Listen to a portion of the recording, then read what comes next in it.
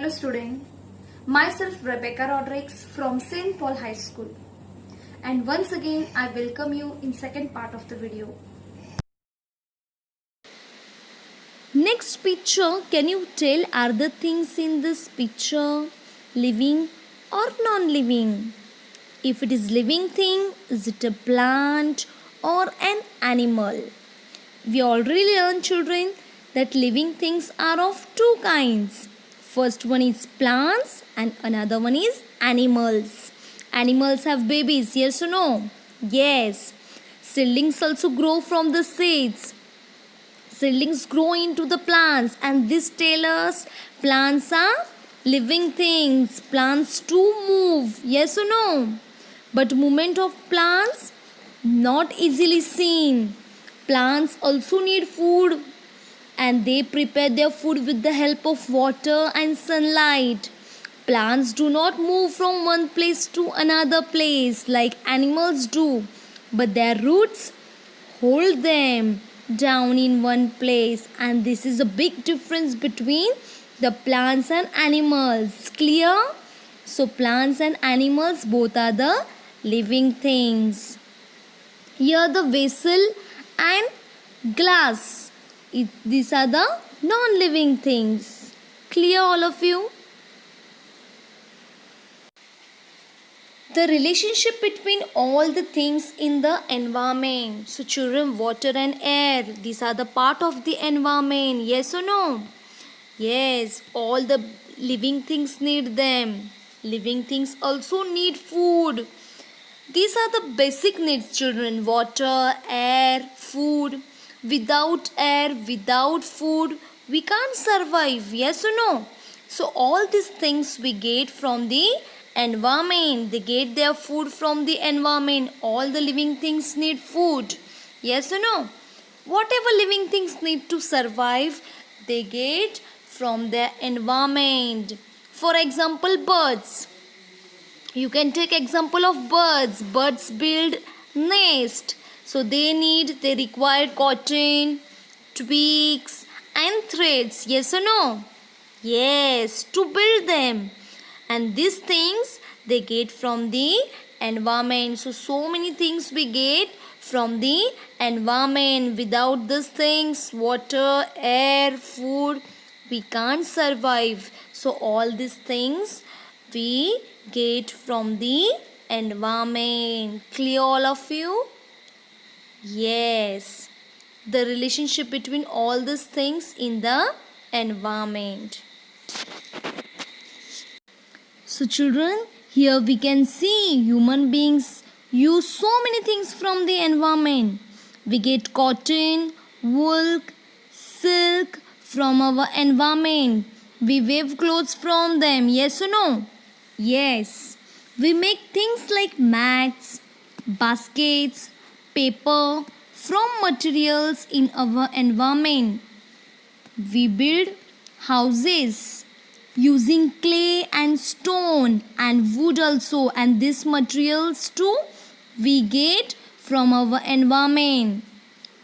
The seeds of some plants are scattered by the wind, and as a result seedlings of those plants grow in new places, and thus plants too get help from their environment. So we can see living things take many things from the environment. Yes or no?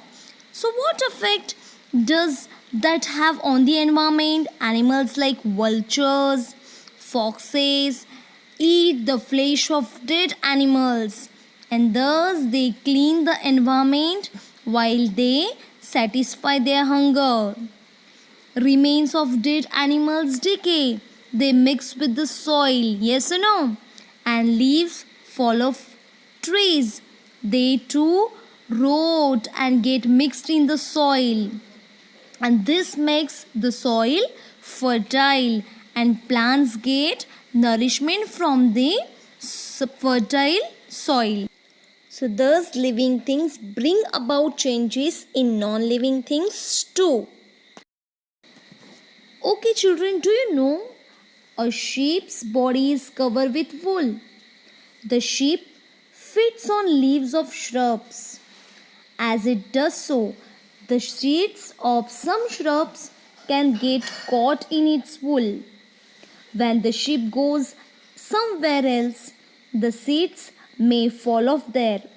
Thus, the sheep helps new seedlings of the shrub to grow in many different places. In this way, the sheep, which is an animal, and the shrub, which is a plant, help each other. Clear, all of you? So, children, what we learned today? There are many things in our environment. Some of them are living things and some are non-living things. Living things can move on their own. Living things need food and food helps them to grow. Living things produce young ones like themselves.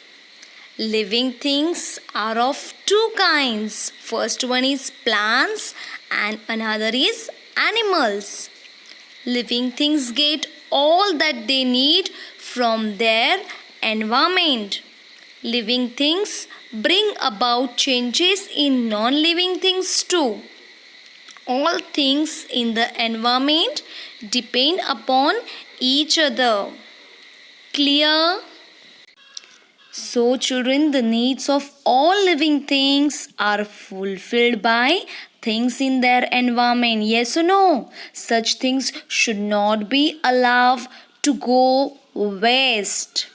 So, always remember, children, all the living things need food and all these things we get from the environment. So, always keep in your mind and always remember we must take care that we do not cause harm to the environment. Clear, all of you? So here lesson is over. Our environment lesson you have to read twice at home. And small homework also I have given that you have to complete it at home. So here the question is, read aloud, write the hard words 5 times each. Words are given below.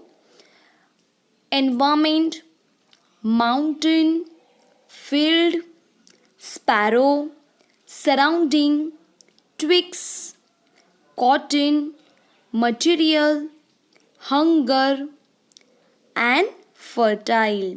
So children, you have to read and write these hard words 5 times in your notebook and don't forget to read the lesson twice. Question number A, filling the blanks. Living things are of two kinds, dash and dash. Water and air are a part of the dash. We weave the dash from cotton, wool and silk. B question, true or false? Write down the statement which is true, which is false. So here the first one, plants are non-living things. Second one, the seeds of some plants are scattered by the wind. Third one, sparrow grow by eating grains and insects. C question, what are the things that we get from our environment? We get so many things, so you have to write the answer. And the second one is, what are the uses of cotton? So that's all for today, children. See you in the next lecture. Till that, take care, stay home and stay safe.